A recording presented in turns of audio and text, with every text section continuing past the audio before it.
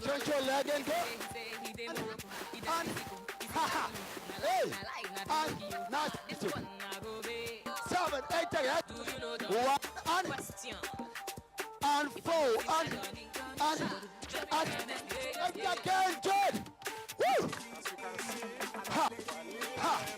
Ha. I want to welcome and thank each and every person who's managed to make it here today. We really appreciate, and we look forward to spending a lovely day together. For me personally and our team at Aeon, this is a terribly and amazingly important day. This CSR project, or this CSR program that we are launching today, it is towards empowering results for the communities in which we live in. We do CSR as a way of thanking you, the community that we work with, for trusting us. You have trusted us with your lives. You have trusted us with your property. You have trusted us with your money. So it is a way of saying thank you to the community for trusting us. We have decided to say thank you in 2 ways. One is to give a helping hand to those in need. Secondly, to empower our youth. Our youth are our future. All these faces you are seeing here, both the beneficiaries of our program and our staff. The future of the country is our youth. So we also have a passion to ensure that we actually empower and assist our youth in whatever they are doing. But the structure of our program is in 3 parts. We have structured it in such a way that we are in health, so we assist in health.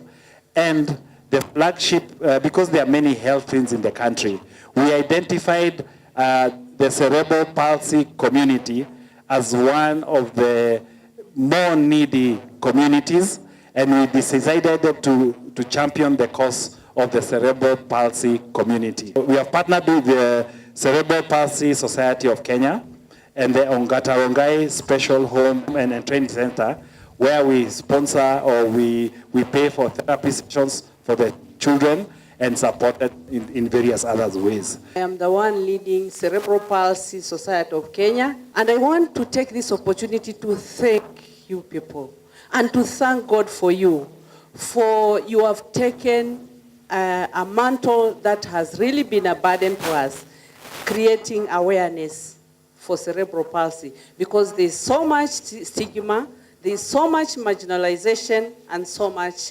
discrimination. But with you backing us, I know we'll reach somewhere. God bless you. Thank you very much. The second pillar is the education pillar. On the education pillar, we have partnered with some Hacking Foundation, which is affiliated to the Nairobi Chapel, with whom now we help sponsor children to go through education. Over and above school fees and education sponsorship, we also are running a book fund, and we are also carrying out mentorship and job shadowing programs. As Hacking Foundation, we run a scholarship that seeks to empower students from needy backgrounds through education. And the idea is to educate and mentor every other child that comes to us through 10 years, 4 of high school, 4 of college, and the 2 gap years, one after high school and one after campus, and make sure that every student who come our way is able, therefore, to go back and give to their families and to the communities they came through. Aeon, starting 2 years ago, partnered with us to take these students through school. I am here courtesy of Greenhorn Mentorship Program. Greenhorn Mentorship Program has been the best thing that happened to me since I joined university. I have been exposed to so many places and so many people. I have been able to network with so many people, as well as take part in community service. Then the third pillar is youth empowerment, empowering our youth, talent development. And we are doing this through sports. And the two sports we've picked are rugby and football. And you've heard that we are launching our futsal league today. Now, in this particular space, what we are doing is helping community teams around Nairobi, and also asking our business colleagues and partners to come and help in the sponsorship, and we play together and help these needy communities. Aeon came in when we actually were feeling very low. Most of our children would go out and play, that is the senior team, and they would play without kit. Aeon came in and they kitted our senior team. And I'm very sure you've seen a rugby team that plays in the Reds, and they're happy to be the Reds, written on Aeon, that is Comrades, and that is the work of Aeon. I'm from the Goro slum. I started playing rugby in 2005 when I was 10 years old. Now I'm from Murimshiri High School, Texas, Form 3. Rugby has changed my life. We want to appreciate and say a big thank you to Aeon. You're not only supporting the sport, but you are also developing them in education by giving them an opportunity to play on the ground, develop their talent, and have a cool mind to think about regenerating their lives through education. I'd like to take this opportunity to acknowledge those who are here. And I think the first acknowledgement goes to someone very, very, very dear to us, and someone who has been very supportive. And this is Madam Josfata Mukobe, who is the Principal Secretary in the State Department for Special Programs in the Ministry of Devolution and Planning. Secondly, for those football lovers, you'll be happy to know that we have football legends today. So you'll get to see their faces later, but thank you so much, our football legends, again for coming to support us. Your support and presence here really means a lot to us, because you validate what you're doing. I would like also to really recognize our business partners, our clients, and our colleagues who have actually come out to support us in this. There's much more need in society. So what we said is, for scalability and for sustainability, can we invite our partners to join us in this journey? Then as they join us in this journey, we play football together, but more importantly, we do this work together. So we have our sponsors, our initial sponsors who have joined us, and we really, really appreciate them. Our platinum sponsors are Sanlam Kenya, which is one of the leading insurance companies in this country. We have Bliss GVS, one of the leading primary healthcare providers in this country. We have Mater Hospital, we all know Mater Hospital. We have Capital FM, we have Nation Media, we have Geminia Insurance, and their CEO is somewhere there. We have Liberty Life Insurance, we have Heritage Insurance, we have Madison Insurance, we have Commercial Bank of Africa, and we have none less but Nairobi Hospital themselves. So, for you, our sponsors, our clients, and our partners, thank you, thank you, thank you very much. I'm greatly honored to join you today in celebrating the launch of your long-term corporate social responsibility initiative today. It goes a long way in demonstrating the extra miles you have taken beyond your primary objectives, that is of making profits, but also to engage in activities within the community within which you operate to make a positive impact. This, to me, is very commendable. The presence of many here, I'm told the government is present, private sector, development partners, and beneficiaries, only shows your popularity as an organization and the extent of your interactions and synergy in your endeavor to make the world a better place to live. Ladies and gentlemen, I am glad to learn that Aeon has engaged itself in programs such as education, health, and talent development for our youth. These programs impact highly in our community. For instance, education. It plays a very key role in imparting knowledge and skills and tools so that we can go through life. And without education, it would be impossible to perform some of our operations. The UN considers education as a human rights issue. But despite the fact that the Kenyan government, education, especially primary education, is free, but not everybody has access to education for various factors, which I will not go in. But given that Aeon has seen the need to go out there and assist some people, some communities, or some vulnerable population in accessing education, to me, is very commendable. And also your outreach programs, in which you empower the youth, is very important because if our youth, who constitute 60% of our population, are left unengaged, and most of them, we are told, we know that they are employed, if they are left in that state, we know they can turn out to be a security threat. And our government, though it is engaged and has several programs on our, that develop the talents of our youth, such as the National Youth Service, which seeks to increase youth participation in national development. It facilitates training of youth with a focus on employment, develop a sense of responsibility, service to the nation, promotion of discipline, citizenship, cooperation, and national cohesion among our youth. It has also put in place empowerment affirmative action programs like Uwezo Fund, which deals with youth, women, and persons with disabilities, to enable them to engage in business and other income-generating activities.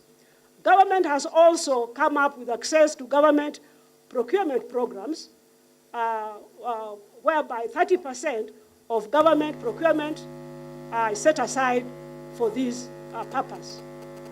We also have youth entrepreneurship program in collaboration with other partners and stakeholders in order to develop the skills of our youth.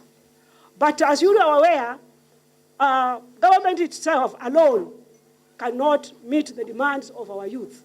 So we require the public sector to come in and complement the government by coming up with various programs for our youth. Ladies and gentlemen, I'm glad also to note that Aeon involves itself with the issues of persons with disabilities in our community. And specifically, those suffering from a condition known as cerebral palsy. If I may state, just with a simple definition, disability is the condition that makes one to be unable to perform some duties or functions as a consequence of physical or mental condition. In Kenya and the world at large, we have a lot of people with varying levels of disabilities, such as visually, hearing, speech, physical, mental impairments, etc. This sector of our population suffers from various challenges, making it impossible to contribute fully to the socio-economic activities of their respective communities. Hence, at times they are deprived of the opportunity to become self-reliant citizens. Now, when I come back to the issue at hand, that is cerebral palsy, it is a condition characterized by impaired muscle coordination and other disabilities, typically caused by damage to the brain before, at, or after birth. Today, there are more than 17 million people with cerebral palsy worldwide. It is estimated that an average cost of bringing up a child with this disability is 3 times more than a non-disabled child. Most of these children are from poverty-afflicted families with limited prospect to get any form of education or other basic needs, and therefore a chance to meaningfully contribute to their communities economically. It is estimated that 1 in 3 children with cerebral palsy is unable to walk, and they suffer multiple disabilities, such as hearing, visual, and even epileptic seizures. Ladies and gentlemen, the worry is while as a country we have succeeded in kicking polio, we may have succeeded in kicking polio out of Kenya, but cerebral palsy seems to have taken over and is a major cause of physical disabilities. Hence, we need to highlight on this condition with a view of reducing its incidence. And we need to reduce that kind of situation so that we can treat them as people like ourselves, as a child like any other child who requires our attention. And also, CP is also a costly affair, just like any other disability.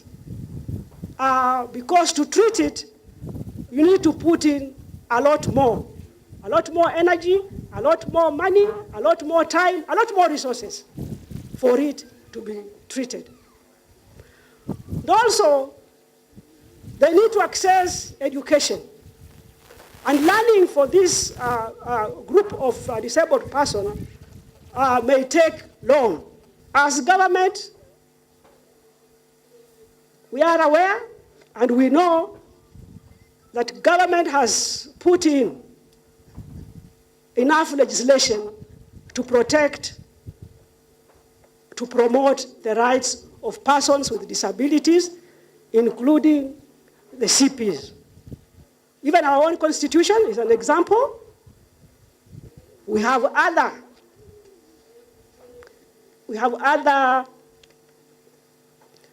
legislation, e.g. the Disability Act, which also takes care of persons with disabilities. But we need to do a lot more as individuals and as a corporate society. We need to help the government in addressing the issues of disability, especially cerebral palsy. Ladies and gentlemen, you know, the fact that I have said that sometimes cerebral palsy can be devastating does not mean there is no hope. We have seen people in the past who have made it in life despite the fact that they had multiple disabilities. So mine is to bring a message of hope, even with a disability. But if, however severe the disability is, but if supported by love, appreciation, effective rehabilitation, these people can turn out to be useful members of our society. My appeal for today is not only to Aeon, but to other partners who are here, to continue with your outreach program. And also, I urge the private sector or individuals who are here to emulate what EON is doing and come up with programs that empower our youth, our PWDs, and other vulnerable communities. And this, when we do this together, we shall be helping in developing our great nation, Kenya. Thank you, and God bless you. Very much, Aeon, for this opportunity. The community teams are there. Among the community teams, we have Kenya Homeless Team. We have RFC, all the way from a place called Ole Kasasi. We have Olympic Queens from Kibera. These are a team that has proved to be very tough among the ladies. We also have Vapor Starlets right here. It's a team that, to a large extent, they've given players to the Harambee Starlets, so we are very proud of them. We have a team called Hoska from Jericho. These are very tough community team, very highly recommended. And then we have Pro Soccer Foundation from Kaloleni. We have Yiska from Imara Daima. And we have Langata Gremio FC. It's a team that is considered one of the most organized teams. We have RFC Boys. We have Masa FC. And then we have Mukuru Sports Association, normally called Musa. A very interesting team that we are going to be, of course, having. It's called Nairobi West Prison FC. This is a team that trains at the Nairobi West Prison. And it's interesting that these are under 17 boys, and they normally challenge even the prisoners there, okay, because they closely interact with the prisoners, and we are very proud to have. We have a team called All Stars, and this is a team that has gathered all the tough teams, members from different tough teams from Nairobi, and brought them together. So we're also proud to have them. These are just the few teams that we are going to be working with. I'm sure God giving us time and that capacity, we are going to interact with even more teams during this league. So we are very thankful for the initiative by Aeon Kenya to even keep these teams and work with them through this league. The corporate teams, we are also thankful for your support. This cannot happen without you. We really appreciate you. Community teams, tuwapigie makofi tafadhali. Tuwapigie makofi ya ukweli. Asanteni sana. It is my singular honor and pleasure to invite our great legends. Your presence here, legends, is essentially for mentoring and supporting our youth who are in these football games so that they can aspire to be like you.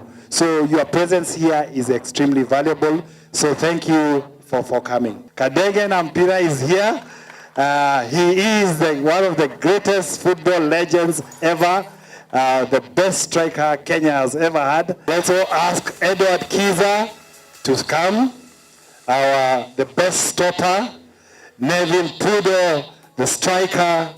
And Josephat Murila, best number 5. Karibuni sana.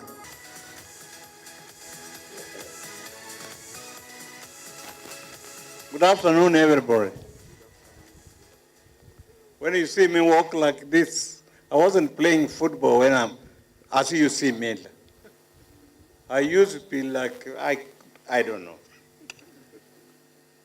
Lakini uzee umeingia, si ndio? We are now old. A nation without a youth, then it's not a nation. So I'm very happy you are really concerned with the youth. I'm very happy, and I would ask, I'll pray for you for what you are doing to keep up, and then I hope things will be okay. Mimi nimetoa shukurani nyingi sana kwa Aeon kwa kuweza kutukumbuka. Sio rahisi, lakini tumeshukuru sana kwa sababu hii ni sana ambao mmetukumbuka. Jambo la pili ni vijana ambao wanakuja saizi. Chiko Lawe amesema kwamba wasiangalie injera, wao wenyewe discipline itawapeleka juu. Mnaona kwamba Victor Wanyama discipline imefanya amefika huko. Kwa hivyo mimi Ningependa kuambia kwamba mcheze mpira nzuri, muwe na discipline na mtafika mbali. Sasa kitu mimi nataka waambia wa vijana vitu vitatu tu. Kitu cha kwanza, uwe ukipawa kitu unasema shukurani, asante, unasema samahani na unasema please. Vitu vitatu nafikiri mkiwa navyo mtafika mbali sana. When I look around, I see 2 or 3 different features. One feature we have called the palsy. The other one we have called the sports people and the sponsors. To the sponsors, I say, congratulations, thank you for what you are doing. It is an incentive to the players and to our fellow Kenyans who are unable to sustain themselves. Each and every sportsman who is here, there is a talent God has given you in yourself. Please, don't copy anybody. If you look at the world or European football, they don't play the same. Each and every sportsman who is here, there is a talent God has given you in yourself. Please, don't copy anybody. If you look at the world or European football, they don't play the same. So now we're about to officially launch the Aeon Futsal Tournament with the PS State Department for Special Programs, Ministry of Devolution and Planning, Josephata Mukobe, and the Deputy Managing Director of Aeon, Sami Mudhui. Ladies and gentlemen, a big round of applause as we officially launch Aeon Futsal Tournament.